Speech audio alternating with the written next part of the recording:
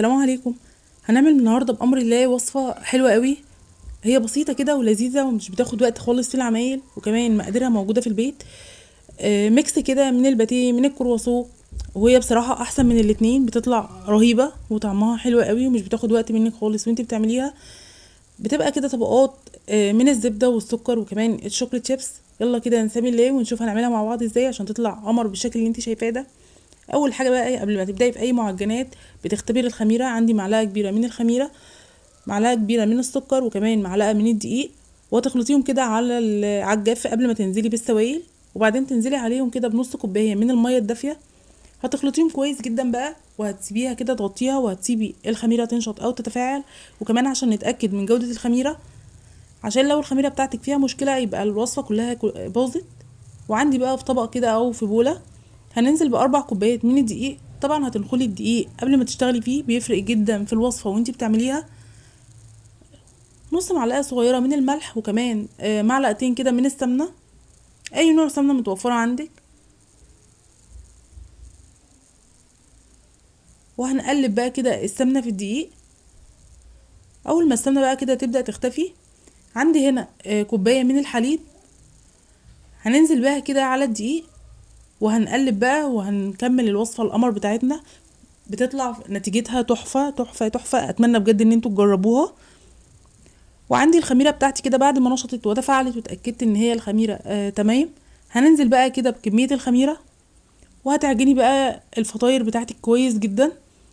وبتشوفي العجينه في ايديكي محتاجه شويه سوائل او محتاجه شويه دقيق على حسب ايه العجينه في ايديكي.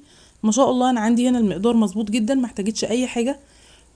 بكيس بقى كده، وهتغطيها وهتسيبيها في مكان دافي تخمر. ما شاء الله العجينه خمرت وبقت تحفه. وكل طبعا ما بتعجني العجينه كويس، كل ما بتديكي نتيجه افضل. هنخرج بقى الهواء من العجينه. شايفين العجينه تحفه ما شاء الله. هتخرجي بقى كده منها الهواء، وهتعمليها كوره، ورشه دقيق بقى على الرخامه بتاعتك. وهتبداي كده تفردي العجينه، وبتفرديها بقى كده من جوه لبره، وبالنشابه شويه بالطول وشويه بالعرض. انا عايزاها كده على شكل مستطيل. وعندي معلقتين كبار من الزبده، ويفضل طبعا الزبده تكون بدرجه حراره المطبخ عشان تتفرد معاكي بسهوله. تمام.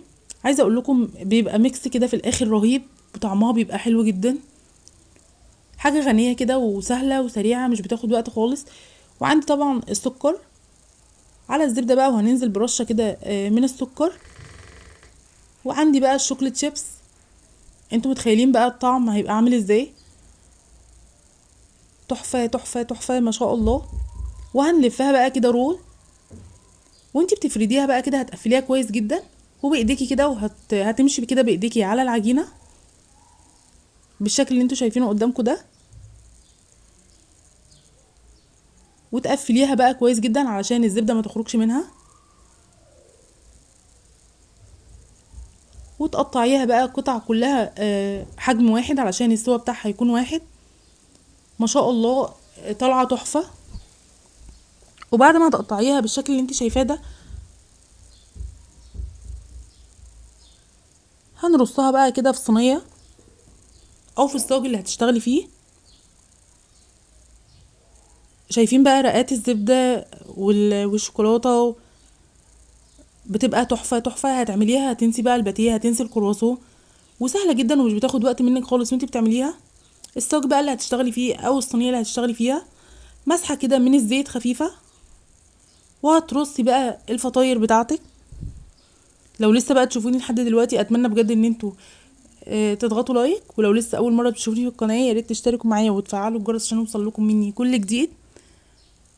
وبجد شكرا لتفاعلكم معايا والكلام الحلو اللي بتكتبولي، بجد شكرا جدا.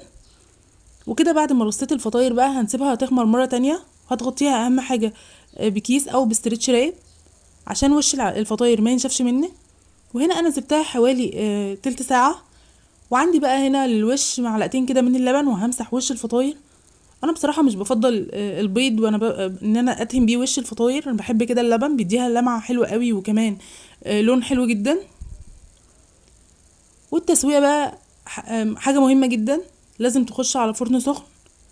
يعني انت تشغلي الفرن كده قبلها ب10 دقايق، وهتدخليها كده، هتدخليها على الرف اللي في النص، وهتشغلي طبعا الفرن من تحت ومن فوق، الفرن والشوايه مع بعض، وبتستوي بقى وحجمها بيتضاعف وبتبقى قمر بالشكل اللي انت شايفاه ده.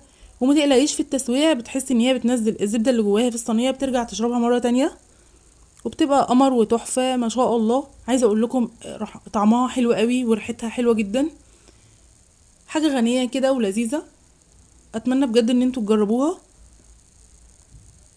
واستنوني في فيديوهات تانية كتيرة، والسلام عليكم ورحمة الله وبركاته.